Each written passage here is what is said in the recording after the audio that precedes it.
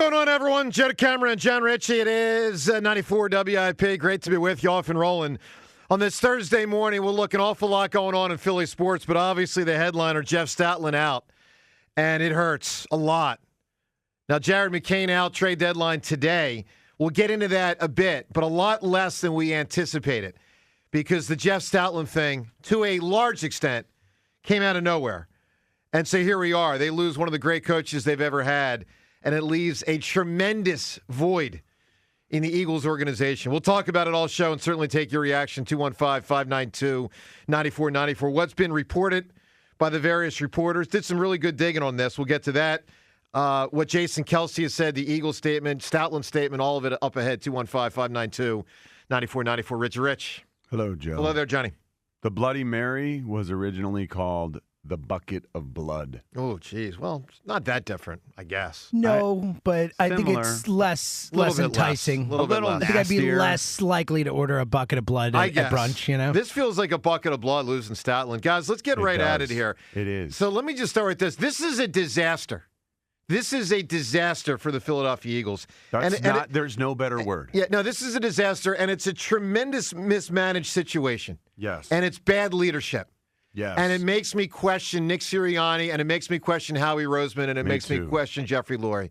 This is a disaster, guys. It should not have come to this. It should not have. First off, how the hell 2025 is considered Stoutland's fault is beyond me. I can't.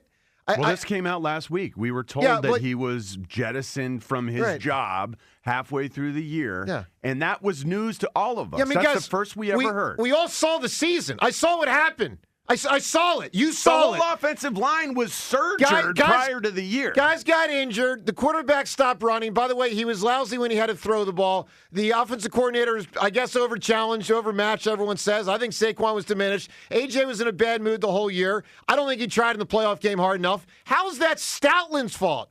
So let's demote Stoutland, piss him off, and then usher him out the door? Disrespect Stoutland? That's the strategy? Disrespect Stoutland? Are you freaking kidding me? So, number one, how it was his fault with the season that just ended, beyond me. Number two, moving forward, franchise altering and not in a good way. Number three, makes me question the Nick, Howie, Jeff thing. Number four, they're going to fall. Makes me wonder, how far are they going to fall? Are we looking at a 2020 up ahead? Well, maybe not just 4 wins, but I think they're going to fall. When you lose someone like Jeff Stoutland, that's a disaster. When he doesn't want to go. This is one of the greatest coaches in the history of the sport. I cannot believe they mismanaged this. He is the key to our offense working well. Like, it's not just, hey, we're going to draft offensive linemen early and often.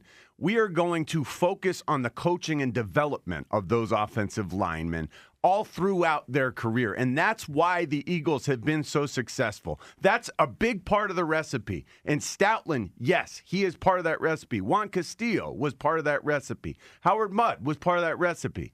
That matters. That coach is so instructive. We've listened to Jason Kelsey talk about it. He told us there's no one in that building who understands the run game better than Jeff Stoutland.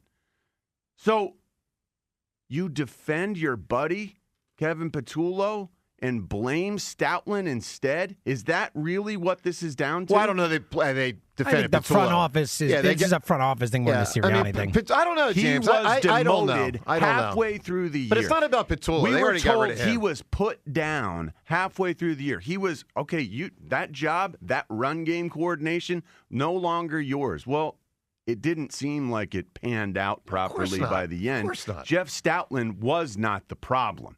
The problems abounded in that building. And look, the modern athlete, I'm sure it's incredibly frustrating to try to deal with a lot of this stuff.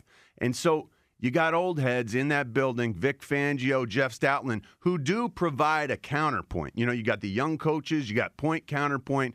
This is the way the young coaches do it. This is the way the old heads do it. It feels like the old heads don't feel, I don't know, they're getting the proper due.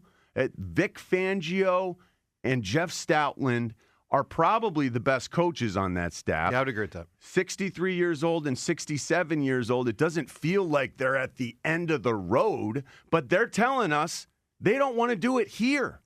Yeah, think about that. They're unhappy. 63 and 67, I don't think they're done. They're done here, is what they're saying. That's so problematic for me, and I'm so worried about what that means for this team. We're talking about both sides of the ball, the adult in the room on both sides of the football for the Philadelphia Eagles. We are at peril that they're about to walk out that door. Well, just to be clear, John Clark reported last night, and the timing of this annoyed me. Vic's coming back. I'm not ripping John, but John Clark reported that Vic Fangio decided to stay. McLean reported reported it also. Okay, it's out there. So Vic's staying. He's back. But I'm aggravated that is even put out there by the Eagles in a moment like yesterday. Feels like JT when they didn't get Bichette. Hey, we got JT. Yeah, well, how about this? It feels like when they hired not really, but like an Andrews sister, and it's like, don't ask us about Brian Dawkins. But the bottom are you line, freaking kidding me? But think about what's at play here. Both of these guys wanted to leave. Like this they're organization unhappy with the disarray. Has created a scenario where the stand-up adults that everyone respects above all others on both sides of the football are saying, guys, this place sucks. Look, it's a disaster, and obviously we'll take your phone calls at 215-592-9494. I mean, I think it's a disaster, and I think it is tremendous mismanagement and poor leadership by the Eagles brass. Whatever combination of Lurie, Howie, and Nick it is, and I'm sure it's all of them to an extent, but however you size it up and break down that pie, it's remarkable. From a group that's had a lot of success, my interpretation, could I be wrong? I guess, but I doubt it. My interpretation is this is bad leadership that allows a situation to get to this point. Should have never gotten to this point. Should have never gotten it. It did not have to get to this point. Now, your reaction, 215-592-9494. Let me get you a couple pieces of information. You may know, you may not, from last night, some reporting and some statements. Let's start with Stoutland. Here is his statement last night. He put it on social media. Here's what he wrote. Philadelphia, I've decided my time coaching with the Eagles has come to an end. When I arrived here in 2013, I did not know what I was signing up for. I quickly learned what this city demands, but more importantly, what it gives back. The past 13 years have been the great privilege of my coaching career. I didn't just work here, I became one of you. Stout out. That was Stoutland last night. Let's get to what the Eagles wrote. The Eagles issued a statement. Here's what they said. And they were probably in scramble mode, like, oh, my God, how do we deal with this publicly? And one of their ways is, let's make sure we get it out there, Fangio stand. Here's what the Eagles wrote last night. The Philadelphia Eagles thank Jeff Stoutland for his legendary contributions to the game of football at the college and professional levels. By the way, I'll just tell you, out of the gate, I didn't like that. Why we have a nod to the college level? It felt hasty. It felt like someone scribbled something. Get it out! Like, if you're really going to drill down on this, I don't need a college comment in the first freaking sentence. It doesn't speak to the heart of the situation. So I didn't like the first sentence, but again, here we go. Here's what they wrote.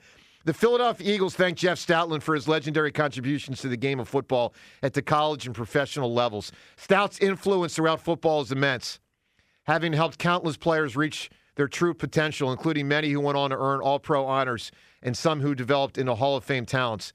His passion for the development of young players set the bar, not only for our organization, but the entire National Football League. It's hard to fathom another coach investing more personally and professionally in their players than Jeff Stoutland. That part's very nice. That's a nice statement. Here's what they went on to continue to say. Our organization is deeply grateful for Stout's contributions to our team over the last 13 seasons. In addition to helping to deliver 3 Super Bowl trips and 2 World Championships to the city of Philadelphia, he has been a champion of our community, having given much of his time and effort to the Eagles Autism Foundation and many of our team's philanthropic initiatives. Although he will not be competing with us on game day, he will always be a beloved member of the Eagles family. His impact on this franchise and our community is immeasurable. And it is hard to say, and it is safe to say, he will always be welcome in the city of brotherly love. Guys, I got to tell you, I just think this is one of the most mismanaged situations I've seen, and that's saying something. Okay? I mean, Flyers haven't done something right in 15 years, it feels like. They lose all the time.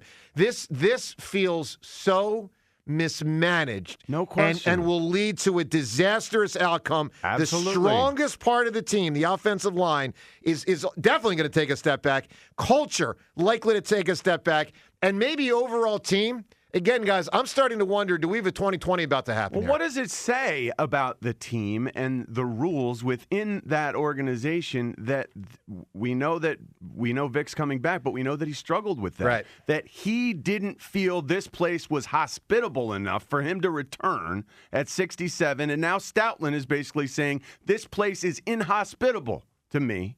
And he didn't use that word. No, but that's the gist. Yeah, I'm with you, man. I think Jeff Stoutland's going to go somewhere else and coach, and that breaks my heart. And he's going to have success somewhere else. Meanwhile, here we are. Our offensive line will probably be languishing to a degree they would not have been were he our coach. And for years to come. He is excellent. He has been for 13 years. And this feels so beneath him, beneath what he deserves. Dude, I'm with you. Look, we'll take your reaction. One, I can't believe it. Two, I think it's a disaster. And three, it worries me a lot moving forward. It's a lot more than just the offensive line. What the hell is going on down there? Where do you think it goes from here? Like, the best coach on both sides of the ball has real issues this tells with the way things are run. This feels very late. I referenced 2020. I just feel like they might be headed to a collision course for massive alterations after 2026. Here's what it feels like to me. It feels like the Earth's spinning off its orbit. It feels like the Eagles are spinning off their orbit. It feels like they're just flying and they're just spinning out of orbit and they're just going to start drifting in outer space. That's what it feels like to me. Now, if you think that's an overstatement, I'll take your calls. That's what it feels like to me.